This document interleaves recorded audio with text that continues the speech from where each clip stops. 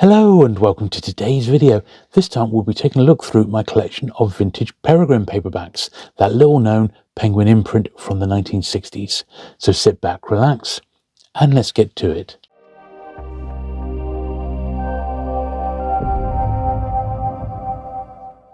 Okay, so Penguin announced the Peregrine books in a little leaflet that was given out in bookshops and sort of academic circles, and it said, "Enter Peregrines, the first major new Penguin series for 20 years.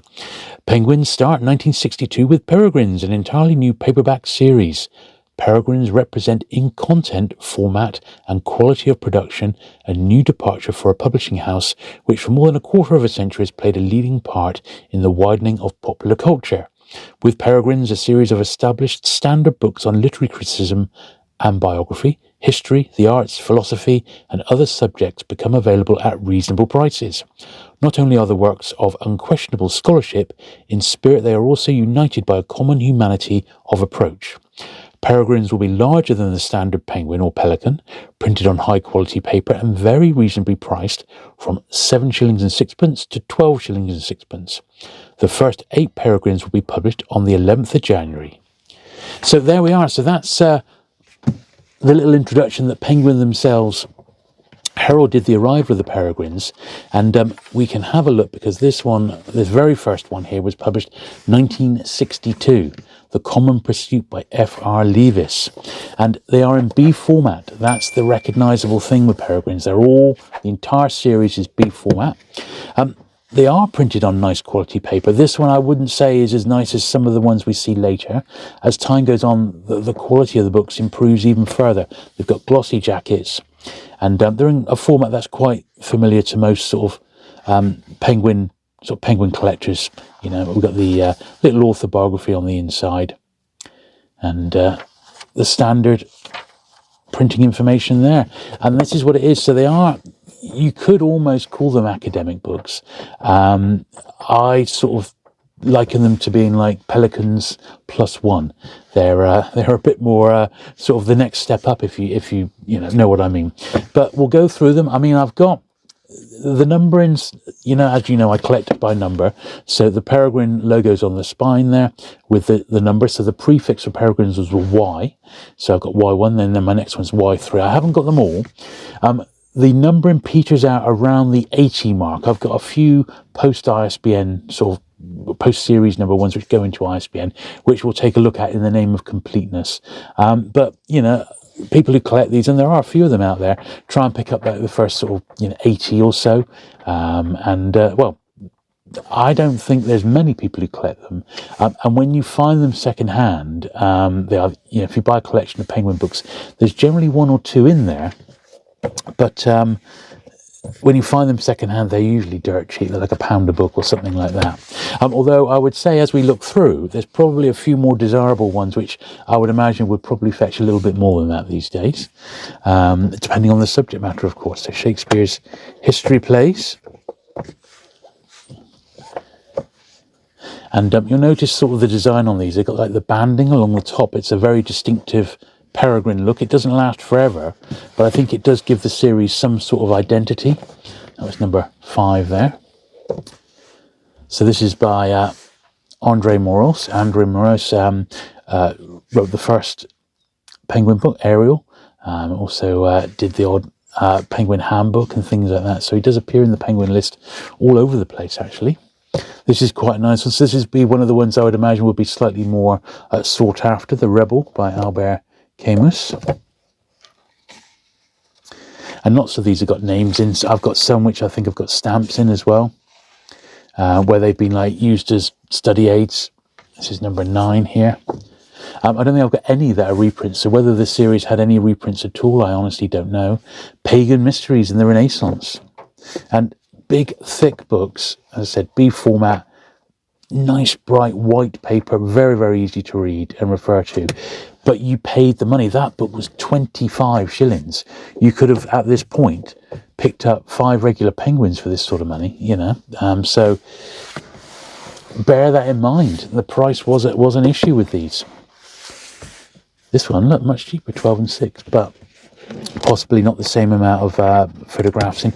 Who can tell? Napoleon, For and Against. Aubrey's Brief Lives. And some of the cover designs on these are actually really quite funky. I do like some of these. One on Milton.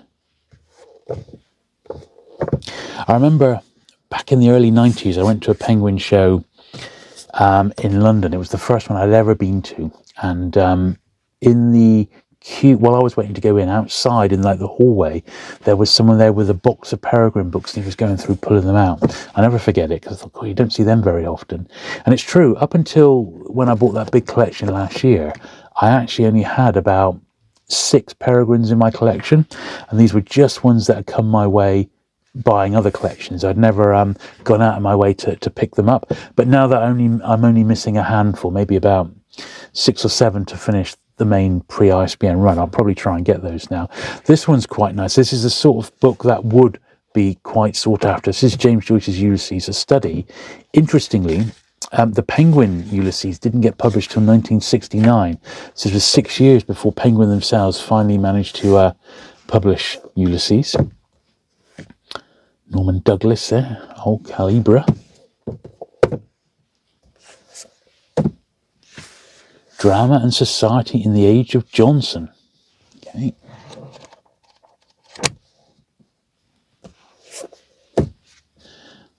The literature of the Spanish people. You get an idea, don't you? Just in this very first like little section here, you get an idea of what these books are like.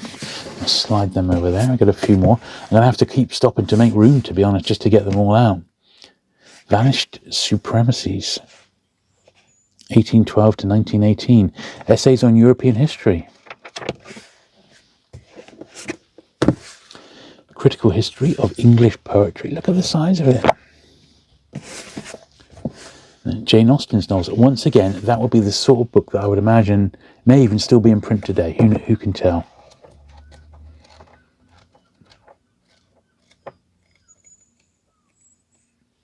But yeah, so I'm just going to pause there because we have many piles to get through.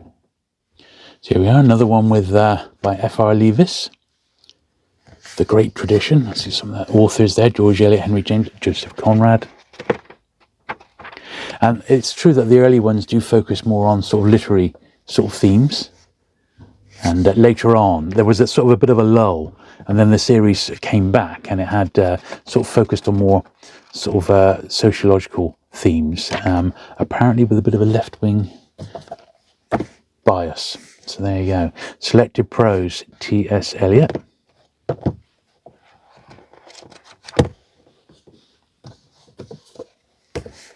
Daily Life in Ancient Rome. Now, I bet that's an interesting book. Yeah, I bet if you're studying, ancient Rome, that's the sort of thing you'd be tracking down. Man, Morals and Society. Rise of the Novel. And on the whole, these are pretty nice condition. I think I only got 1 or 2 that are a bit low grade. New Bearings in English Poetry. The Elizabethan World Picture.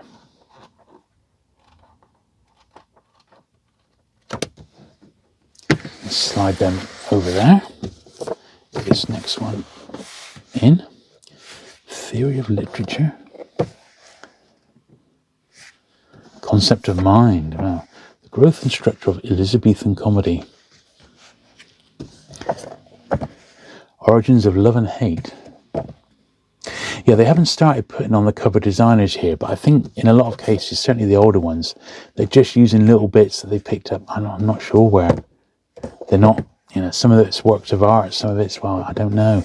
That's evidently been pulled from a picture from somewhere, hasn't it? Merchant of Prato. One on Thomas More there.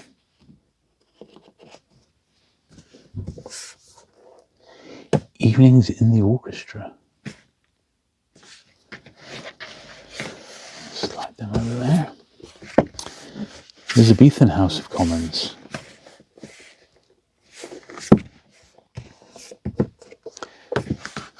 Well, by Kenneth Clark.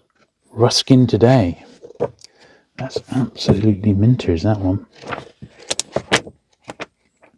I would say that's probably never been read, and while I own it, it's never going to be read, I'm afraid to say.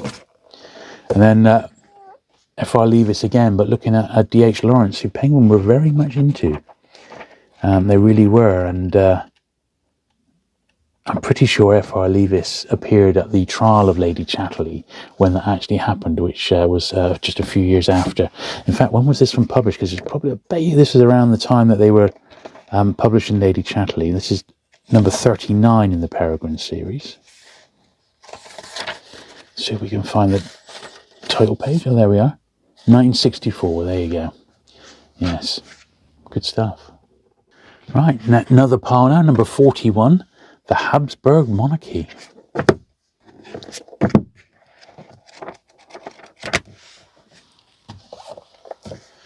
19th Century Studies. Shakespeare's Plutarch.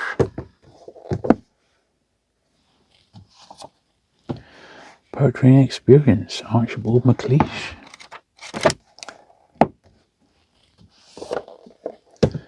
Renaissance Diplomacy, look at that. Incredible. Drama from Ibsen to Eliot, Raymond Williams. That's a familiar name as well. Let's slide that over that way. Shakespeare and Elizabethan Poetry. Re-evaluation. Leavis again. F.R. Leavis again. He certainly was the Peregrine guy, wasn't he? And this is looks like a two-parter. So this is Stephen Runciman, A History of the Crusades 1. So this was deemed needed to be put into 2 volumes by the look of it. In fact, 3 volumes. Just looking ahead. So that was volume 1 of it. Kingdom of Jerusalem is volume 2. And then volume 3 is The Kingdom of Acre. So that's a massive work, isn't it, that? Absolutely huge work. Probably best part of over 1,000 pages there. Just room to get these in. Shakespeare's problem plays. Well, which ones were the problem plays? All of them. No. Now this is actually laminated. Yeah, someone's put, in ancient times, like 50 years ago, they put some lamination on. So it didn't come laminated, that's been added on after purchase. But there is the odd book, which hasn't got a glossy cover, and whether that was just an oversight when the book was printed or not, I really don't know. The Waning of the Middle Ages.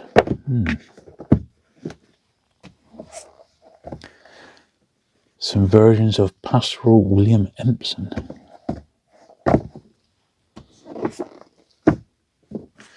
London Life in the 18th Century. Now, I bet that's interesting as well.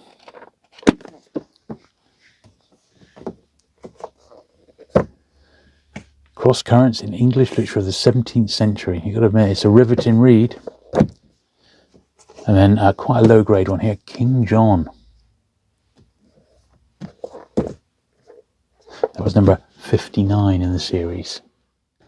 Right, so we're on to the last sort of couple of piles now. We've got Explorations. Now this is number 40. Essays and Criticism, mainly on the literature of the 17th century.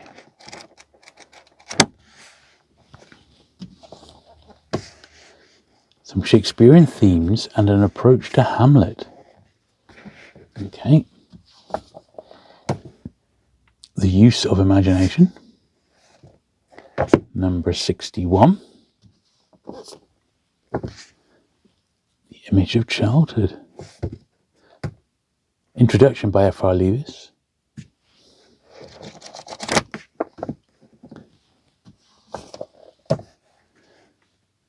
Hobbes. Another one that's absolutely mint. I said, I don't think any of these are too tricky to find if you want them, you know. Milton's epic poetry, but the series I think did sort of fizzle out in the early 1970s, even after its sort of re-release or sort of reinvention, as it were, which we'll see in a minute. One on Dostoevsky. Certainly got his fans. Beyond Culture. Now, on the whole, these aren't illustrated, even though a lot of them are, well, they're all sort of non-fiction subjects. Essays in Sociology and Social Philosophy. It's number 71. The Romantic Exiles. One Henry James, Selected Literary Crit.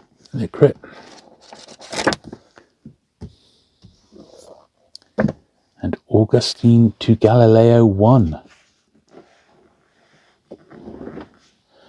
And the follow-up, Augustine to Galileo 2. Waterloo to Peterloo. It's number 76.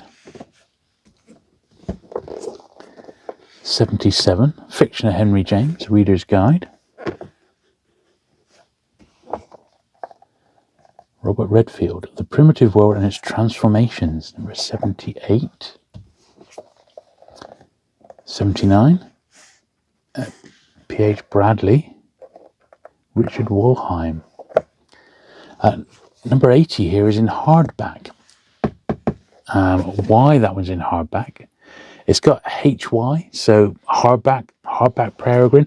I mean, Penguin did publish books in hardback, and you could imagine this was the sort of series that would have had a hardback release of some of the books. So, for whatever reason, that one had a hardback or library release of that one. 82, The Growth of Political Stability in England. And the last one with a dedicated Y number is number 83 here. The World of the Shining Prince. Court Life in Ancient Japan. So I would say that's the end of the old school. Now the series takes a bit of a break and then it comes back sort of slightly reinvented. Okay, so now we've moved to ISBN. So the books are ISBN. They've got the 1040 Penguin prefix. Then for Peregrine it's 550. And then so this would be number 86 in the series. That was number 83. This continues the numbering, but it's as ISBN as 86. Here's Social Origins and Dictatorship and Democracy.